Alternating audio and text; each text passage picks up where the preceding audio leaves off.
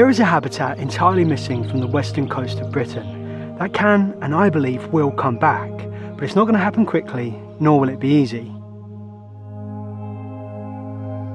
Now, I said it was entirely missing, but that's not completely true, because we do still have fragments of it, tiny islands of wonder within a sea of change. And I'm sitting next to one of them right now. This is one of Britain's lost rainforests.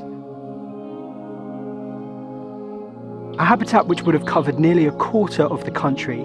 Can you imagine it? They are rich, beautiful and important places. Temperate rainforest really is one of Britain's pinnacle habitats. It's the best which we have to offer, and it's not just about the biodiversity which they support, it's also about the services which they can provide us. Stick with me on this one because I want to show you how Britain's lost rainforests are coming back and how you can play your part too.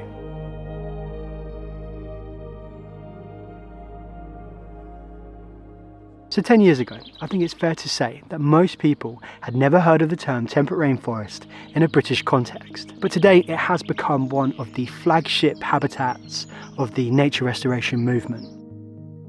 These forests feel almost magical.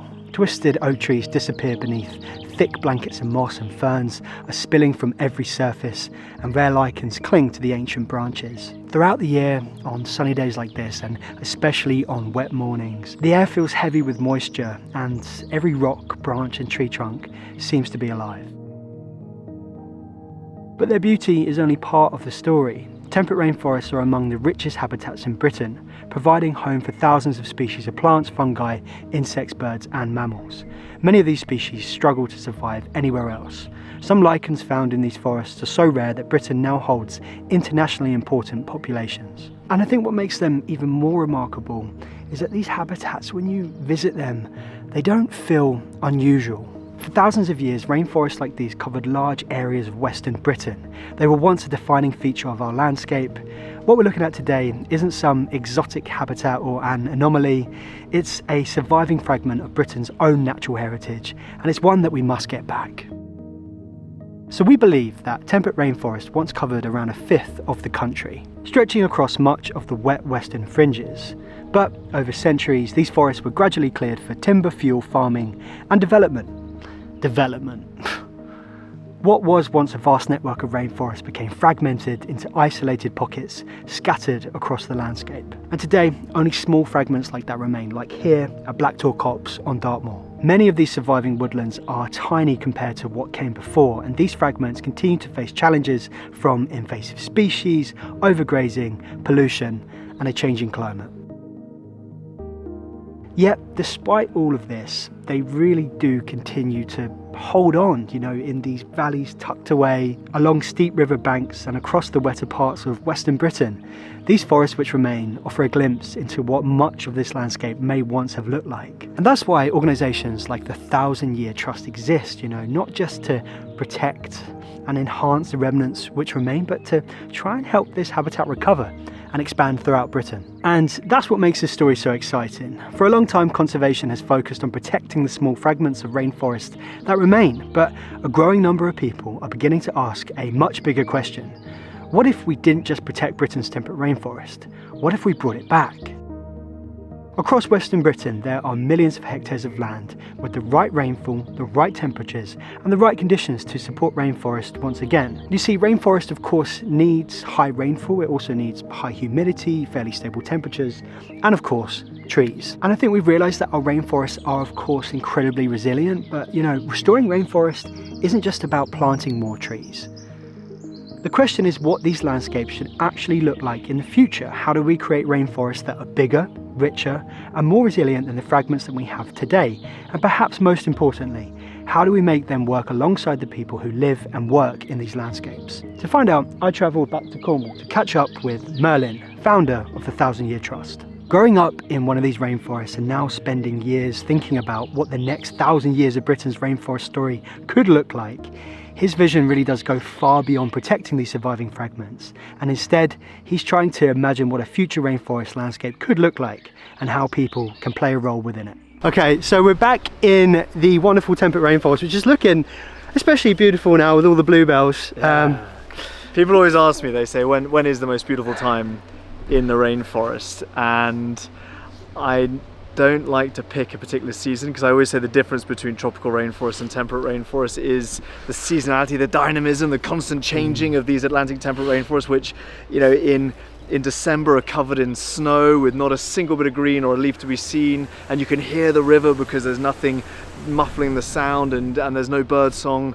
And then in autumn you've got that kind of copper bronze, and in summer the bracken is 8 foot high and you're going through tunnels. But right now we're about a week after the bluebells were at their absolute best, but the bluebells are still pretty incredible. And this is, I think it's the best bluebell year I can remember, at least in the last decade. They have just been disgusting in their beauty this year, so it's been amazing. That's a good use of the word disgusting. Yeah, is it a mast year this autumn, or last autumn we had a mast year? Are they predictable? I don't know. Some people say they can predict them, but I think it's a false art.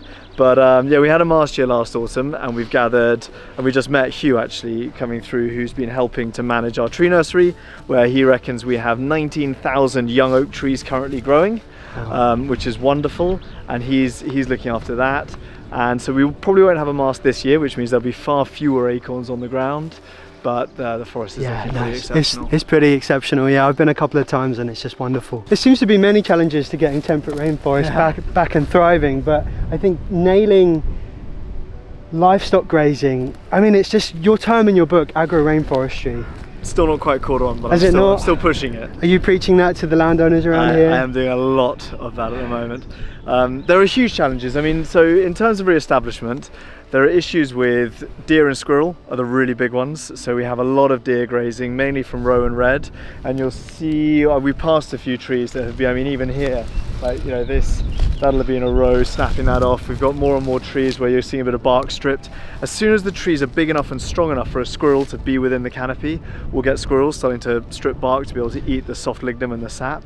So squirrel and deer is a big problem that we need to face. Also, and you can see it here really well, the bracken, the bramble is just shooting up. And this is where we work with volunteer groups to help to manage that. But also when we bring in native breed grazers, browsers, they will start to also reduce that ground cover, because that can be quite problematic as well. So it's really important that you bring in livestock, not just to keep farming the land and keep extracting food from it, but also the livestock benefits. If you imagine, when these trees are all 10, 20 feet high, it will create shade in the summer, shelter in the winter, and lots of additional forage and rubbing and sort of browsing points, dominance display, dust bowls, things like that. That's good for the animals. It's also good for the trees. They get the coppicing, they get the manure, they get the constant disturbance of the soil and the constant sort of aeration of the soil. And so all of these things work together. You can't bring back a rainforest without livestock, and the livestock benefits from being within the rainforest as well. Do we actually believe that these landscapes are worth investing in? Because if projects like this are going to succeed, they need more than ambition. They need research, they need people, and they need places where that knowledge can grow and be shared. And that's exactly why the 1000 Year Trust is working to build Europe's first dedicated temperate rainforest research station. And where will the research station be built? About 100 meters away from here. 100 meters away. We've already broken ground. Okay. And the work is starting in earnest this month and next. So it's such an exciting project. And why is this research station so important? Well, we all know about rainforests, but when we hear the word rainforest, we think about tropical rainforests. And that's because we've all grown up learning at school or watching David Attenborough documentaries about the Amazon or Borneo or the Congo Basin. And the reason for that is because they're so well studied that we understand how important and how vital they are. And yet there is no one doing the important scientific study into our British rainforest. And the reason no one's doing it is because there are no facilities that enable that work.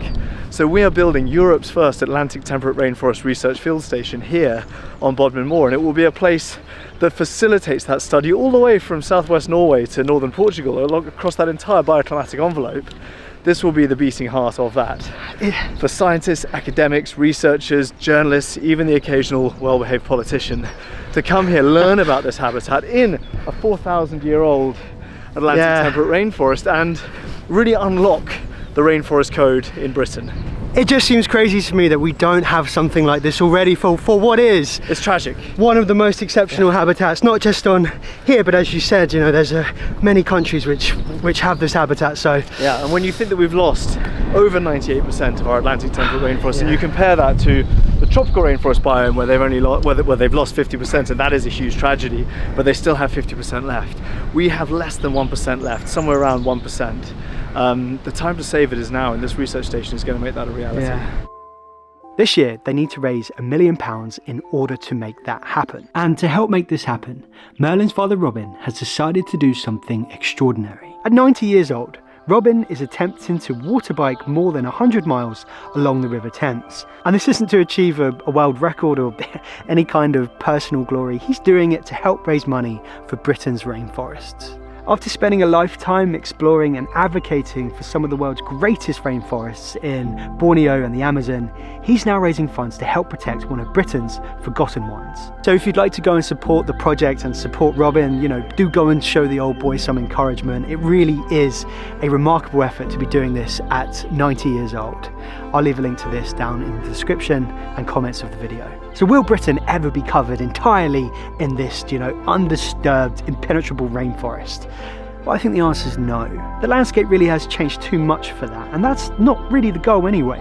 The goal is something perhaps even more exciting, to take these tiny fragments and allow them to grow, to reconnect valleys, to restore the rivers which flow through them, to create new homes for species that have been pushed to the edge of extinction, and maybe bring back some of the species which are missing too.